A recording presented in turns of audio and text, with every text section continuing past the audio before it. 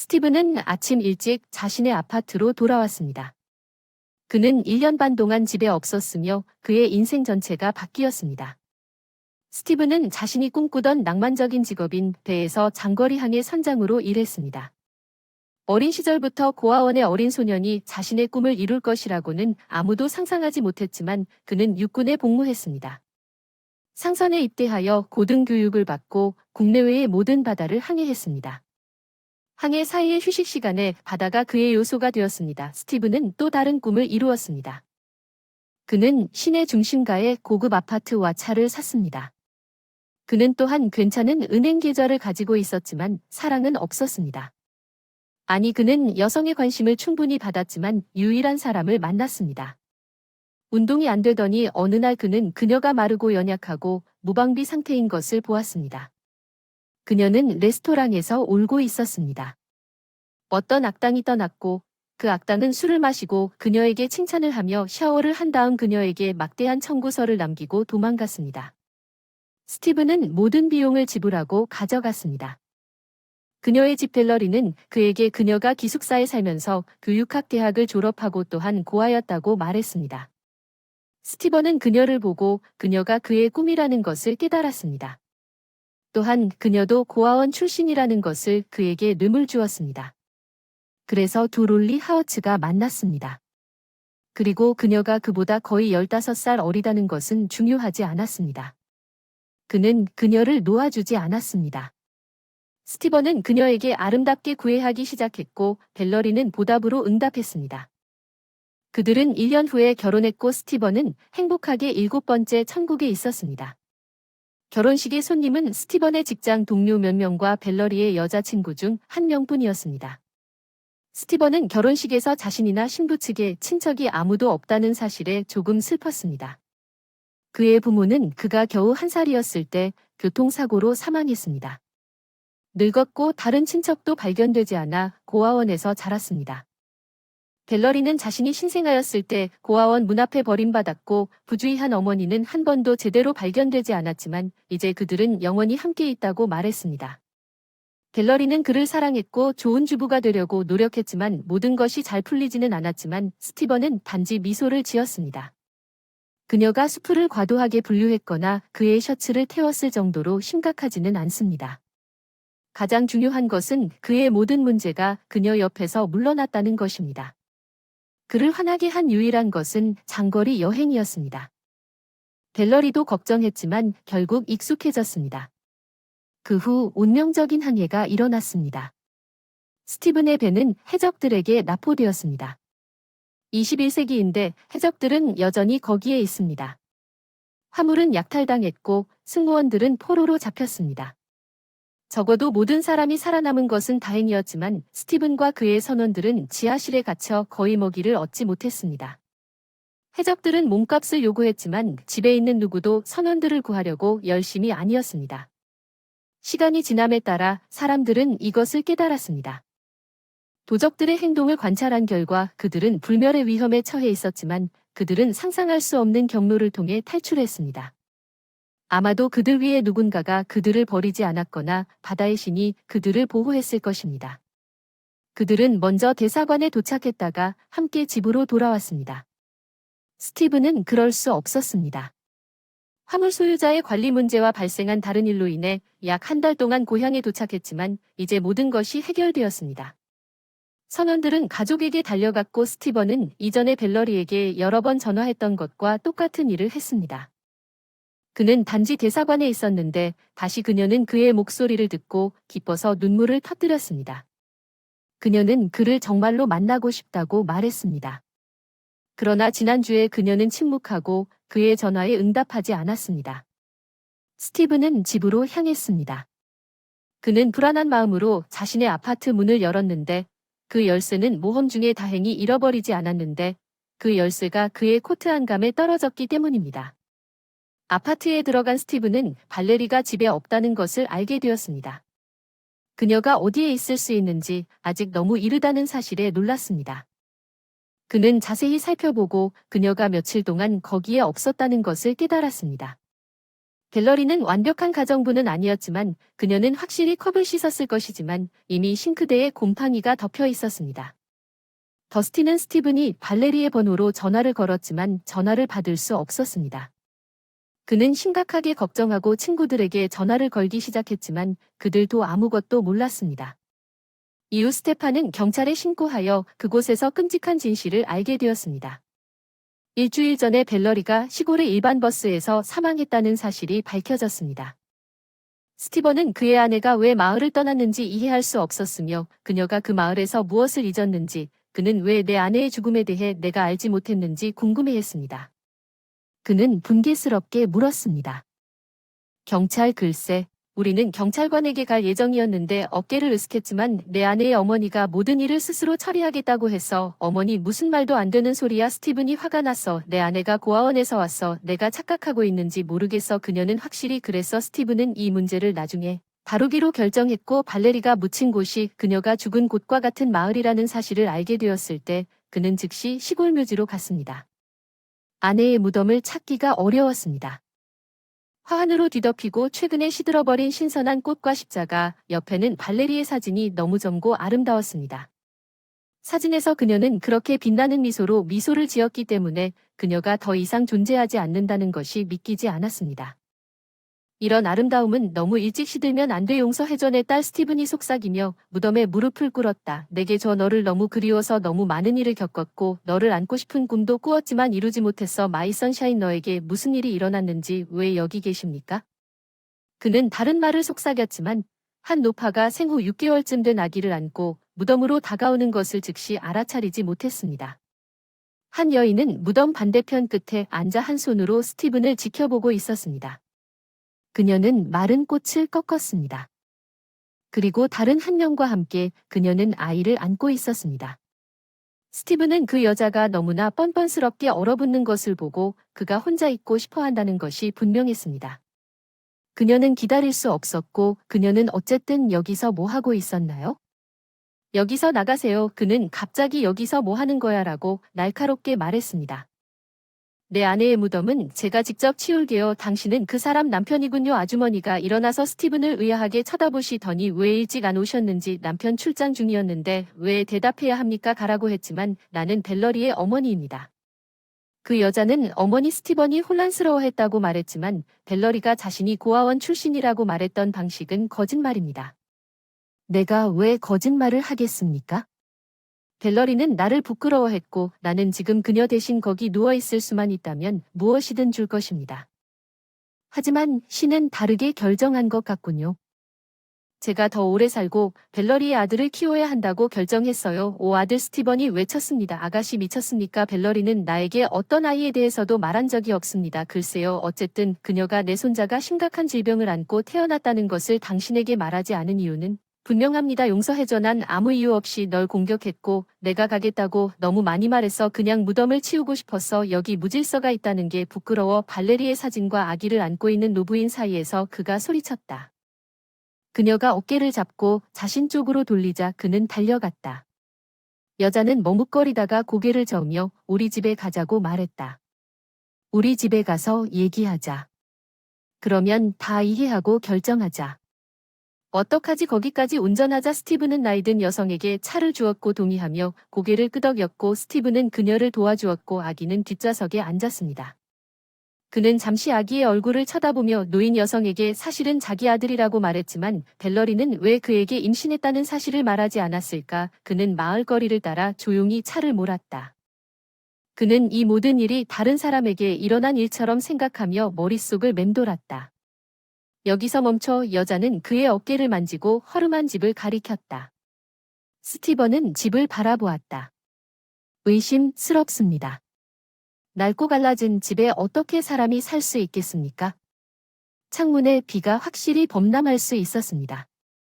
낡았고 일부는 심지어 플라스틱 랩으로 덮여 있었습니다. 기초가 무너진 지 오래되어 썩은 통나무가 드러났습니다. 네, 하퍼 부인은 슬프게도 해야 한다고 말했습니다. 우리 집도 불타서 여기로 이사 왔는데 집도 낡았지만 튼튼했는데 합선이 나서 운 좋게 살아나왔어요. 마을회에서 이 집을 주고 제가 직접 고쳐야 한다고 돈은 어디서 구하냐고 하더군요. 내 연금은 최저 수준입니다.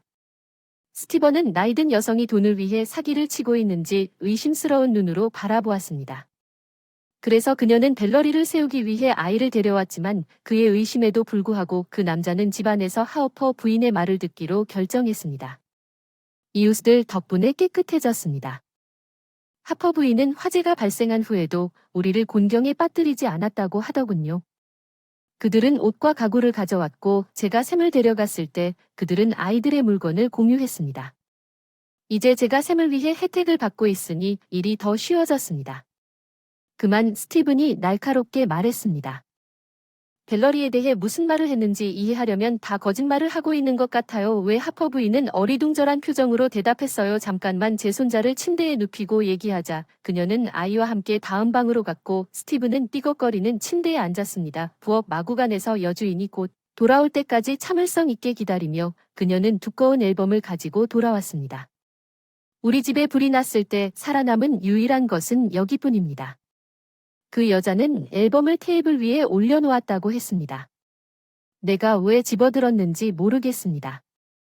태닝 문서도 없고 이 앨범만 있으면 도움이 될 줄 알았던 것 같은데 스티븐이 앨범을 열었을 때 누군가를 알아볼 수도 있을 것입니다. 거기에는 발레리와 다소 닮은 젊은 여성이 귀여운 모자를 쓴 어린 소녀를 안고 있었고 그보다 더 나이 많은 여자가 있었습니다. 호수 옆 하단 옆에 공을 들고 앉아있는 소녀, 유치원 단체 사진. 그때 교복을 입은 소녀가 있었고 사진 속에서 그녀는 점점 더 늙어갔습니다. 스티븐은 갑자기 얼어붙어 다음 사진을 쳐다보았습니다. 소박한 저녁에 어린 소녀가 등장했습니다. 어깨까지 곱슬머리를 옷을 입다 그녀는 카메라를 향해 미소를 짓고 있었다. 그녀는 아주 어렸지만 스티븐은 그녀를 알아보지 않을 수 없었다. 이 사진은 발레리였다. 이 사진은 무도회에서 찍은 사진이다. 하퍼 부인은 스티븐의 반응을 알아차리고 속삭였다. 발레리는 앨범의 마지막 사진이다. 더 이상 사진을 보내지 마세요. 그런데 그게 어떻게 스티븐이 혼란스러워서 그 여자를 바라보았나요? 발레리는 자기 어머니를 모른다고 말했어요. 자기는 고아원에서 자랐다고 하더군요. 자기는 모든 걸 다 해냈어요. 내 사랑하는 하퍼 부인은 눈물을 닦으며 대답했어요. 그리고 하퍼 부인이 남편 없이 발레리를 낳았다는 사실을 그에게 말하기 시작했습니다. 그녀는 방문하는 건설 노동자에게 반했습니다. 그러다 알 수 없는 방향으로 날아갔고 하퍼 부인은 임신한 상태였습니다. 그 당시 하퍼 부인은 농장 매점에서 일하고 있었습니다. 거의 40세에 한 번 결혼에 실패했던 그녀의 남편은 그녀의 불임에 대해 그녀를 비난하고 몇 년 후 그녀를 다른 여자에게 맡겼습니다. 그런 그녀는 사람들의 소문과 모든 어려움을 잊고 스스로 아이를 키우기로 결정했습니다. 갤러리는 다정하고 착한 소녀로 자랐지만 몇 년이 지나면서 그녀에게 뭔가 변했습니다. 그녀는 어머니가 가난하게 살았지만 하우퍼 부인은 재혼하지 않은 부를 어디에서 찾을 수 있으며 마을에서 누구와 결혼할 것인지에 대해 더 자주 화를 내기 시작했습니다. 외로운 남자는 몇 명 없었지만 하퍼 부인은 필요하지 않았습니다. 그들은 술에 취했거나 게으른 사람들이었습니다. 왜 더 많은 수고가 필요했습니까? 그녀는 단지 딸을 키우고 싶었고 그래서 그녀는 자신이 일하던 구내 식당 외에 다른 일도 하려고 했습니다. 그녀는 겨울에 농장에서 일하고 지역 호텔에서 바닥을 청소하여 딸에게 다른 아이들보다 나쁘지 않은 옷을 입혔지만 시간이 지남에 따라 마을의 모든 사람들은 딸을 가난하다고 생각했습니다. 갤러리는 졸업하자마자 그들의 재정 상황에 대해 어머니를 비난하기 시작했습니다. 하퍼 부인은 대학에 들어갈 돈을 찾으러 갔는데 하퍼 부인은 대출을 받으러 은행에 가는 것조차 개의치 않았지만 수입이 너무 적어서 대출을 거부당했습니다. 왜 발레리는 매건이 로스쿨에 입학하고 그녀가 로스쿨에 들어간 것을 보고 울었는지요? 아버지는 이미 1년 선불을 냈습니다. 베키의 부모님이 대학에서 공부할 수 있도록 도우셨고 왜 저러는 걸까요? 저는 그들보다 학교 생활이 더 좋았습니다. 너무 걱정하지 마세요. 당신이 들어갈 테니 하퍼 부인이 그녀를 위로했습니다. 그리고 자신을 베키와 메건과 비교하지 마세요. 한 사람은 농부 아버지가 있고 다른 한 사람은 마을의회 의장이 있습니다. 그들의 수입은 나와 비교할 수 없을 정도입니다. 걱정하지 마세요. 다른 학교에 들어갈 것이고 아르바이트를 찾을 수 있을 것입니다. 그리고 올해 우리는 가능한 한 많이 저축하려고 노력할 것입니다. 이웃 지역 벨러리는 바보들만 거기로 가라고 소리쳤습니다. 나는 도시에 살고 싶지만 아직 작동하지 않습니다. 자기야, 당신에게는 작동하지 않지만 나에게는 작동할 것입니다. 나 내일 떠날 거야. 어떻게 살래? 하퍼 부인은 일어나게 놔두지 않겠지만 발레리는 아침에 멈출 수가 없었다. 그녀는 버스를 타고 지역센터로 달려갔고 하퍼 부인은 돈을 만들려고 매점으로 달려갔다. 하퍼 부인은 발레리를 찾으려고 했다. 그러나 소용이 없었고 겨울에 베키 벨러리의 전 동급생이 와서 그녀의 친구가 값비싼 레스토랑에서 남자와 함께 나오는 것을 보았다고 말했습니다. 하퍼 부인은 그것이 정확히 어디에 있는지 알아냈고 대화를 나누기 위해 도시로 갔다고 말했습니다. 그녀의 딸과 함께 이유는 바로 그날 저녁에 그녀의 딸이 값비싼 모피 코트를 입고 있었고 그녀의 2배 나이의 남자가 그녀 옆에 벨러리를 만났기 때문입니다. 하우퍼 부인은 벨러리를 안아주려고 달려갔지만 그녀는 움츠러 들었습니다. 그녀는 지나가다가 동반자와 함께 식당에 들어갔고 경비원은 하퍼 부인을 대화에 들여보내지 않았다고 말했습니다. 그녀는 벨러리가 돈을 위해 부자들을 만나고 있다는 것을 깨달았습니다. 그녀는 역에 갔을 때 몹시 울었고 그 후 온통 울었습니다. 그녀는 딸을 잃었고 봄에 집으로 돌아온 벨러리는 여름에만 책임을 지겠다고 사과했습니다. 그녀는 하우퍼 부인의 작은 저축을 가지고 다시 도망쳤습니까? 그녀는 메모를 남겼습니다. 미안하지만 나는 마을에 살 수 없습니다. 도시에 있는 대학에 다닐 예정이고 공부도 했지만 어머니와는 거의 소통하지 않았습니다. 하우퍼 부인은 딸이 기숙사에 산다는 것을 알았지만 여전히 부유한 남자들과 어울리고 있었고 벨러리는 가난한 어머니가 부끄럽다고 말하는 딸을 보고 싶지 않았습니다. 그 후 하우퍼 부인은 벨러리가 결혼했다는 것을 알게 되었습니다. 그녀는 남편이 명예로운 사람이라는 사실에 기뻤습니다. 선원 베키는 벨러리와 이야기를 나눴다고 그녀에게 말했습니다. 하우퍼 부인은 그녀의 딸이 마침내 안정을 찾을 것이라고 생각하고 벨러리가 자신을 얼마나 나쁘게 대했는지 깨닫기를 기다렸습니다. 어머니, 하지만 시간이 흘렀고 작년에는 아무것도 바뀌지 않았습니다. 하퍼 부인은 감히 직접 도시로 나갔습니다. 베키에게서 딸의 주소를 알게 되었습니다. 집이 불에 타서 딸이 자기를 데려갈 것이라고 생각했습니다. 입구에서 발레리를 보고 마음이 따뜻해졌습니다. 그 당시 그녀의 피는 이미 임신 7개월이었습니다. 벨러리가 그녀에게 다가와서 여기서 뭐 하는 거야 노래를 불렀지만 하우퍼 부인은 이 아기를 알아채지 못하고 딸이 곧 엄마가 될 것이라고 축하했습니다. 전혀 행복하지 않습니다. 벨러리가 비명을 질렀습니다. 난 이미 이 아이가 싫어요. 할 수만 있다면 없애버릴 텐데 무슨 말을 하는 겁니까? 하퍼 부인은 창백해졌습니다.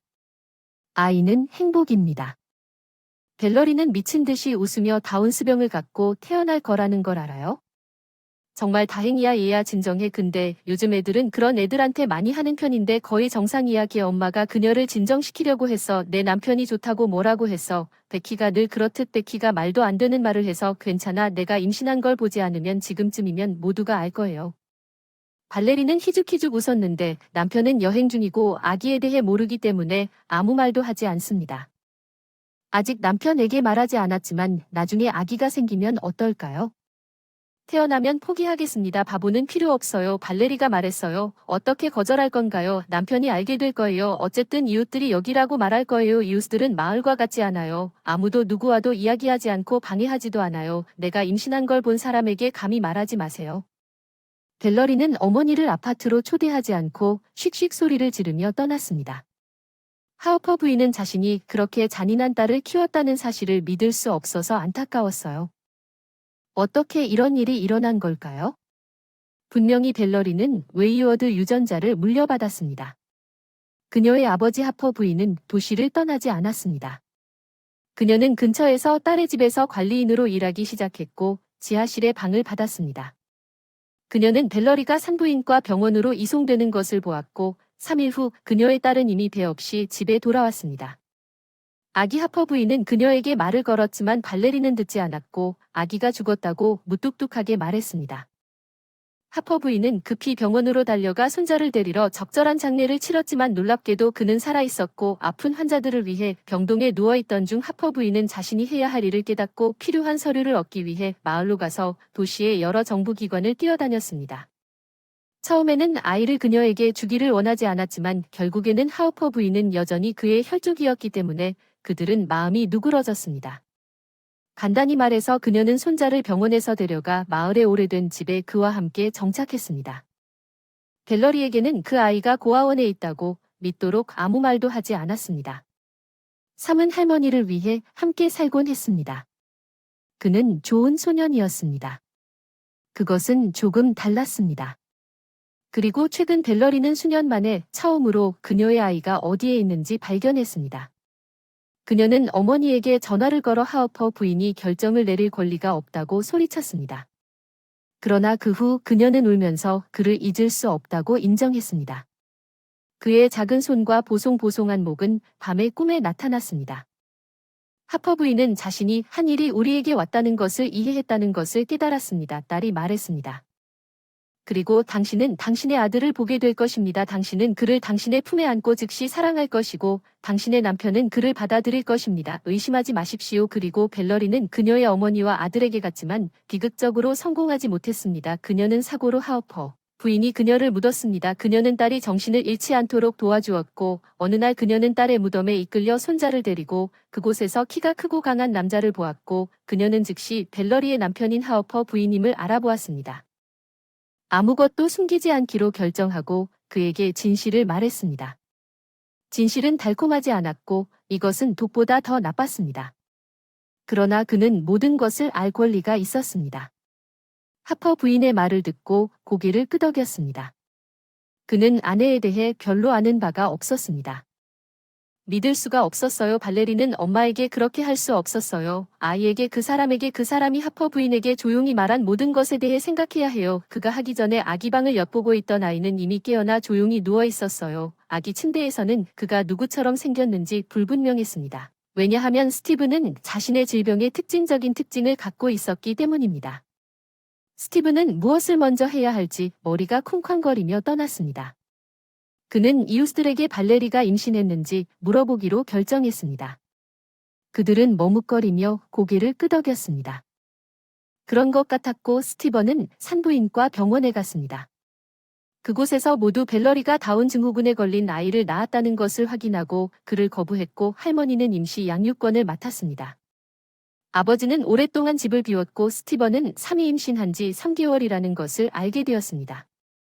마지막 판매 전에는 스티븐이 아버지라는 것이 의심의 여지가 없어두므로 이제 그는 며칠 후에 결정을 내려야 했습니다.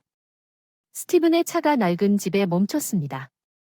하퍼 부인은 손자와 함께 마당에 있었습니다. 나는 내 아들을 위해 여기 있습니다. 스티븐이 말했습니다. 창백해진 그녀의 하퍼는 아이를 가슴에 안고 짐을 꾸렸습니다. 하퍼 부인 저는 오랫동안 집을 떠나 있는 경우가 많습니다. 할머니는 아니더라도 제 아들을 돌봐주실 분이 하퍼 편입니다. 떠나기 전에 그들은 안도감을 갖고 들렀습니다. 묘지 잘 자요. 스테판이 십자가를 쓰다듬으며 속삭였어요. 당신이 혼란스러워한 모든 것을 용서해요. 멍청한 꼬마야, 걱정하지 마세요. 샘은 자신에게 최고의 엄마가 있다는 것을 알게 될 것이고 그들은 시간이 지나면서 그들은 함께 도시로 떠났습니다. 스티브는 다시 바다로 가기 시작했습니다. 하퍼 부인은 샘을 보살펴 주었습니다. 아이는 능력이 허용하는 한도 내에서 성장하고 발전했습니다. 시드니는 스티븐을 만났을 때 그와 함께 일하기 시작했습니다. 스티븐은 여행에서 막 돌아왔고 아들을 자신에게 데려갔지만 그들은 서로를 좋아했습니다.